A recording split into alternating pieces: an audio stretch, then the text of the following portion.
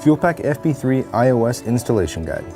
Download the FUELPAK FP3 application from the App Store. Locate the connector on your motorcycle.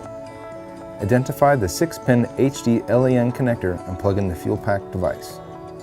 Turn the ignition to the on position. Do not start the engine. After a couple seconds, the LED will be flashing. Select Settings icon.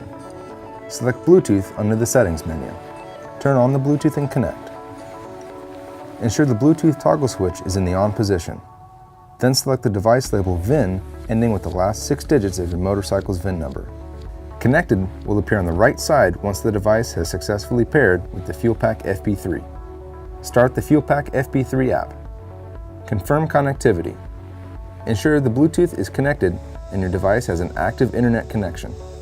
Now begin the map lookup process to search for your FUELPAK FP3 map for your motorcycle. The first time you flash a map to your ECU, the FUELPAK FP3 will be permanently married to that VIN number.